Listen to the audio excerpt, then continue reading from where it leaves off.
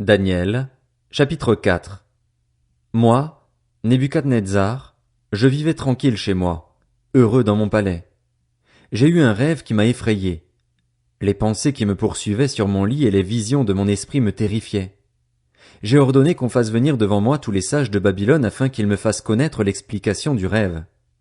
Alors les magiciens, les astrologues, les prêtres chaldéens et les devins sont venus. Je leur ai raconté le rêve, mais ils ont été incapables de m'en faire connaître l'explication.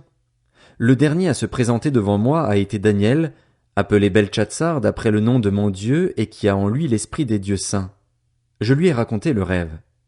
Beltchatsar, chef des magiciens qui a en toi, je le sais, l'esprit des dieux saints et pour qui aucun secret n'est trop difficile, donne-moi l'explication des visions que j'ai eues en rêve.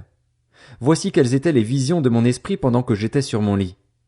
Je regardais et j'ai vu qu'il y avait au milieu de la terre un très grand arbre. Cet arbre était devenu grand et fort. Sa cime touchait le ciel et on le voyait des extrémités de la terre. Son feuillage était beau et ses fruits abondants. Il portait de la nourriture pour tous. Les bêtes sauvages s'abritaient sous son ombre. Les oiseaux faisaient leur nid dans ses branches et toutes les créatures tiraient leur nourriture de lui. Dans les visions qui se présentaient à mon esprit pendant que j'étais sur mon lit, voici ce que j'ai vu. Un veilleur, un saint, est descendu du ciel.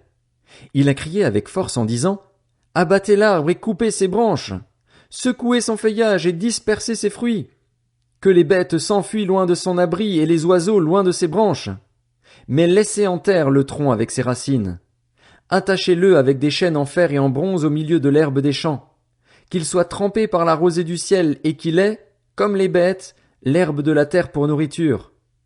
Son cœur d'homme lui sera enlevé et un cœur de bête lui sera donné. Puis 7 ans passeront sur lui. Cette parole est un décret des veilleurs, cette décision est un ordre des saints afin que les êtres vivants reconnaissent que le Très-Haut domine sur toute royauté humaine, qu'il la donne à qui il le désire et qu'il peut y faire accéder le plus bas des hommes. Voilà le rêve que j'ai eu, moi, le roi Nebuchadnezzar. Quant à toi, Beltchatsar, donne-en l'explication, puisque tous les sages de mon royaume sont incapables de me la faire connaître. Toi, tu en es capable, car il y a en toi l'esprit des dieux saints. Alors Daniel, appelé Beltchatsar, resta un moment stupéfait, terrifié par ses pensées. Le roi reprit, « Beltchatsar, que le rêve et l'explication ne soient pas source de terreur pour toi. » Beltchatsar répondit, « Mon seigneur, si seulement ce rêve était pour tes ennemis, et son explication pour tes adversaires. L'arbre que tu as vu, qui était devenu grand et fort, dont la cime touchait le ciel et qu'on voyait de toute la terre, cet arbre dont le feuillage était beau et les fruits abondants, qui portait de la nourriture pour tous, sous lequel habitaient les bêtes sauvages et dans les branches duquel les oiseaux résidaient, c'est toi, roi. Tu es devenu grand et fort. Ta grandeur a augmenté jusqu'à toucher le ciel et ta domination s'étend jusqu'aux extrémités de la terre. Le roi a vu un veilleur, un saint, descendre du ciel et dire « Abattez l'arbre et détruisez-le, mais laissez en terre le tronc avec ses racines et attachez-le avec des chaînes en fer et en bronze au milieu de l'herbe des champs. Qu'il soit trempé par la rosée du ciel et qu'il ait sa nourriture avec les bêtes sauvages jusqu'à ce que 7 ans soient passés sur lui. » Voici l'explication, roi, voici le décret du Très-Haut qui s'accomplira pour mon seigneur le roi. On te chassera du milieu des hommes. Tu habiteras avec les bêtes sauvages et l'on te donnera comme aux bœufs de l'herbe à manger. Tu seras trempé par la rosée du ciel et 7 ans passeront sur toi, jusqu'à ce que tu reconnaisses que le Très-Haut domine sur toute royauté humaine et qu'il la donne à qui il le désire. L'ordre de laisser le tronc avec les racines de l'arbre signifie que la royauté te sera rendue quand tu reconnaîtras que le véritable dominateur est au ciel. C'est pourquoi, roi, veuille écouter mon conseil. Mets un terme à tes péchés en pratiquant la justice, à tes fautes en faisant grâce aux plus humbles, et ton bonheur pourra se prolonger. Tout cela devint réalité pour le roi Nebuchadnezzar. 12 mois plus tard, tout en se promenant dans le palais royal à Babylone, le roi prit la parole et s'exclama. « N'est-ce pas Babylone la grande, celle que j'ai moi-même construite, pour en faire la résidence royale, par la puissance de ma force et pour la gloire de ma majesté ?» Il parlait encore quand une voix venant du ciel se fit entendre. « Apprends, roi Nebuchadnezzar, que la royauté t'est retirée. On te chassera du milieu des hommes. Tu habiteras avec les bêtes sauvages. On te donnera comme au bœuf de l'herbe à manger, et 7 ans passeront sur toi jusqu'à ce que tu reconnaisses que le Très-Haut domine sur toute royauté humaine et qu'il la donne à qui il le désire. Au moment même, la parole fut accomplie pour Nebuchadnezzar. Il fut chassé du milieu des hommes, il mangea de l'herbe comme les bœufs, son corps fut trempé par la rosée du ciel, jusqu'à ce que ses cheveux poussent comme les plumes des aigles, et ses ongles comme les griffes des oiseaux. Au moment indiqué, moi, Nebuchadnezzar, j'ai levé les yeux vers le ciel et la raison m'est revenue. J'ai béni le Très-Haut, j'ai célébré la louange et la gloire de celui qui vit éternellement, dont la domination est éternelle et dont la royauté subsiste de génération en génération. Les habitants de la terre, tous autant qu'ils sont, n'ont pas plus de poids que le vide. Il agit comme il le désire avec les corps célestes et avec les habitants de la terre. Il n'y a personne qui puisse lui résister et qui lui dise « Que fais-tu » À ce moment-là, la raison m'est revenue. La gloire de mon royaume, ma majesté et ma splendeur m'ont été rendues. Mes conseillers et mes hauts fonctionnaires m'ont réclamé. J'ai été rétabli dans mes fonctions royales et ma puissance n'a fait que grandir. Maintenant, moi, Nebuchadnezzar, je célèbre la louange, la grandeur et la gloire du roi du ciel. Tous ses actes sont vrais, ses voies sont justes et il peut abaisser ceux qui marchent dans l'orgueil. Daniel, chapitre 5. Le roi Belshazzar donna un grand festin à ses hauts fonctionnaires au nombre de 1000, et il but du vin en leur présence. Sous l'effet du vin, Belshazzar ordonna que l'on apporte les coupes en or et en argent que son prédécesseur Nebuchadnezzar avait enlevées du temple de Jérusalem. C'était afin que le roi et ses hauts fonctionnaires, ainsi que ses femmes et ses concubines, s'en servent pour boire.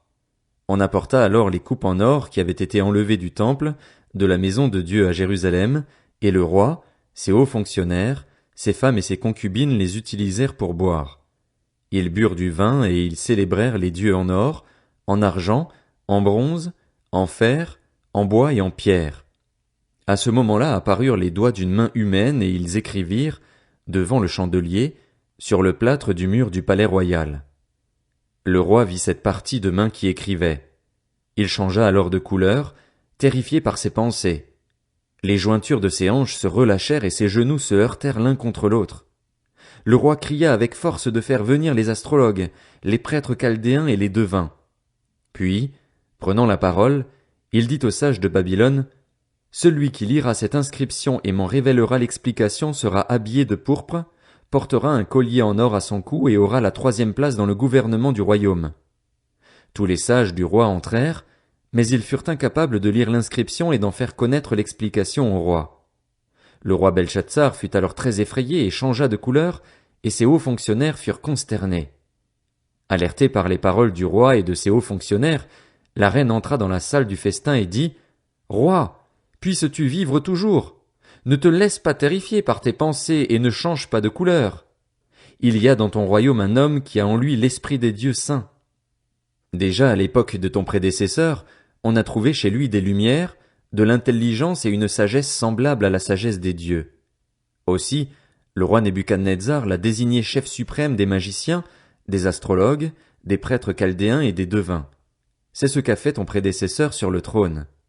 En effet, on a trouvé chez lui, chez Daniel appelé Belshazzar par le roi, un esprit supérieur, de la connaissance et de l'intelligence, la faculté d'interpréter les rêves, d'expliquer les énigmes et de résoudre les questions difficiles.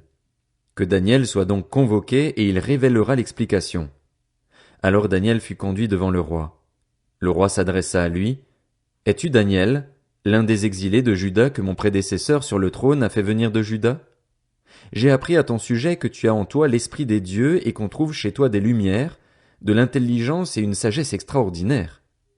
On vient d'amener devant moi les sages et les astrologues afin qu'ils lisent cette inscription et m'en fassent connaître l'explication, mais ils n'ont pas été capables de révéler l'explication des mots. J'ai appris que tu peux donner des explications et résoudre des questions difficiles.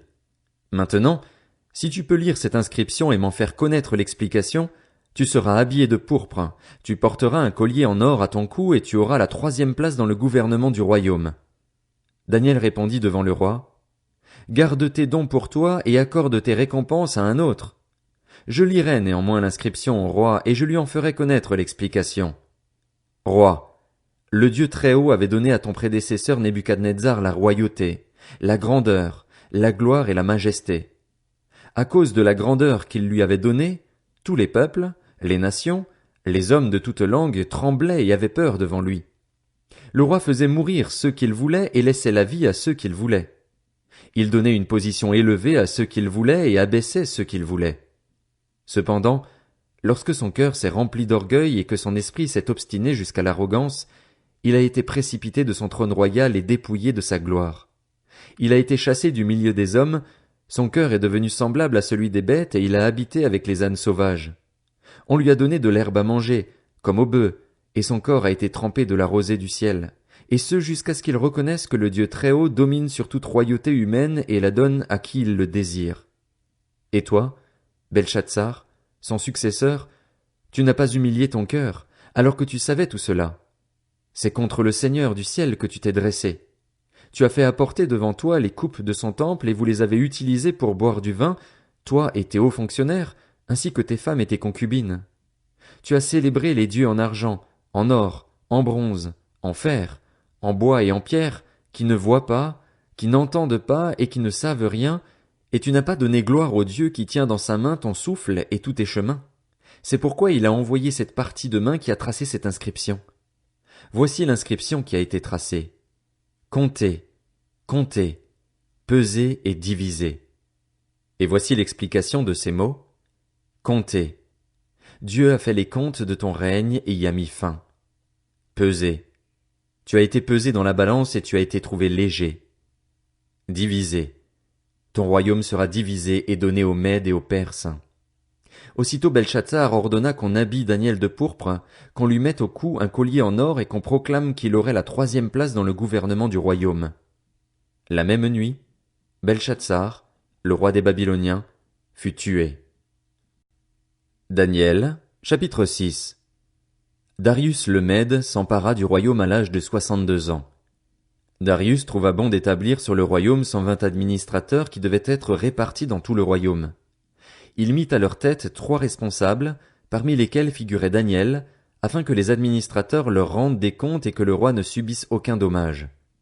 Daniel se montrait supérieur aux autres responsables et aux administrateurs parce qu'il y avait en lui un esprit extraordinaire. Le roi pensait à lui confier la responsabilité de tout le royaume. Les responsables et les administrateurs cherchèrent alors une occasion d'accuser Daniel en rapport avec les affaires du royaume. Cependant, ils ne purent trouver aucune occasion de le faire, aucune faute de sa part, parce qu'il était fidèle et qu'on ne trouvait chez lui ni négligence ni faute. Ces hommes dirent, « Nous ne trouverons aucun motif d'accusation contre ce Daniel, à moins d'en trouver un dans la loi de son Dieu. » Puis ses responsables et ses administrateurs se précipitèrent vers le roi et lui dirent, « Roi Darius, puisses-tu vivre toujours ?» Tous les responsables du royaume, les intendants, les administrateurs, les conseillers et les gouverneurs sont d'avis que le roi proclame un édit comportant une interdiction sévère. Toute personne qui, dans l'espace de 30 jours, adressera des prières à un autre, Dieu ou homme, que toi, roi, sera jeté dans la fosse aux lions. Maintenant, roi, confirme l'interdiction et écris le décret afin qu'il ne puisse pas être modifié, comme la loi des Mèdes et des Perses qui est irrévocable. Là-dessus le roi Darius écrivit le décret d'interdiction. Lorsque Daniel fut au courant de la rédaction de ce décret, il se retira dans sa maison, où les fenêtres de la chambre à l'étage étaient ouvertes dans la direction de Jérusalem. 3 fois par jour il se mettait à genoux, priait et exprimait sa reconnaissance à son Dieu, tout comme il le faisait avant. Alors ces hommes se précipitèrent et trouvèrent Daniel en train de prier et de supplier son Dieu. Puis ils se présentèrent devant le roi et lui parlèrent de l'interdiction royale.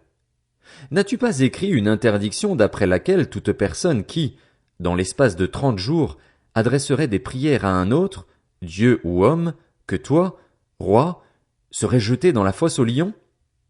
Le roi répondit, cet ordre est aussi sûr que la loi des Mèdes et des Perses, qui est irrévocable.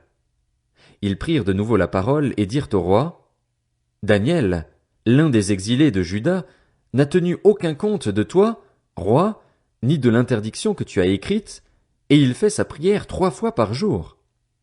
Le roi fut très attristé quand il entendit cela. Il prit à cœur de délivrer Daniel et jusqu'au coucher du soleil il s'efforça de le sauver.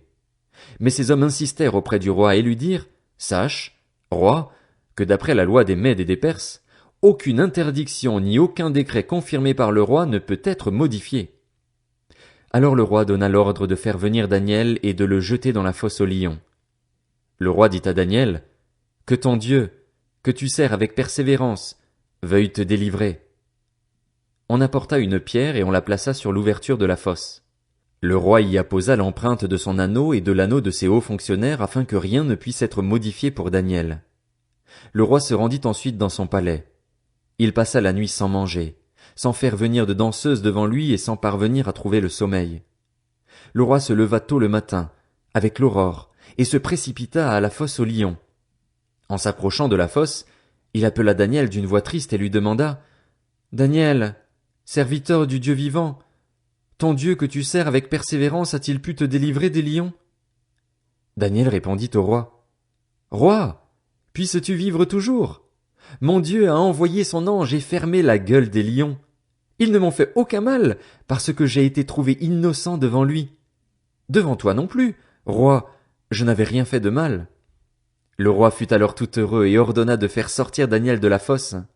Daniel fut retiré de la fosse. On ne trouva aucune blessure sur lui, parce qu'il avait eu confiance en son Dieu. Le roi ordonna que les accusateurs de Daniel soient amenés et jetés dans la fosse aux lions avec leurs enfants et leurs femmes. Avant qu'ils ne soient parvenus au fond de la fosse, les lions les attrapèrent et brisèrent tous leurs os.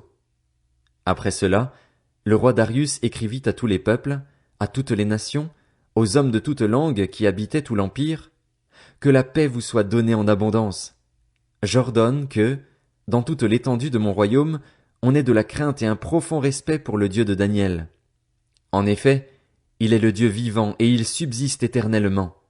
Son royaume ne sera jamais détruit et sa domination durera jusqu'à la fin. C'est lui qui délivre et qui sauve, qui accomplit des signes et des miracles dans le ciel et sur la terre. C'est lui qui a délivré Daniel de la griffe des lions. Daniel prospéra sous le règne de Darius, c'est-à-dire de Cyrus le Perse.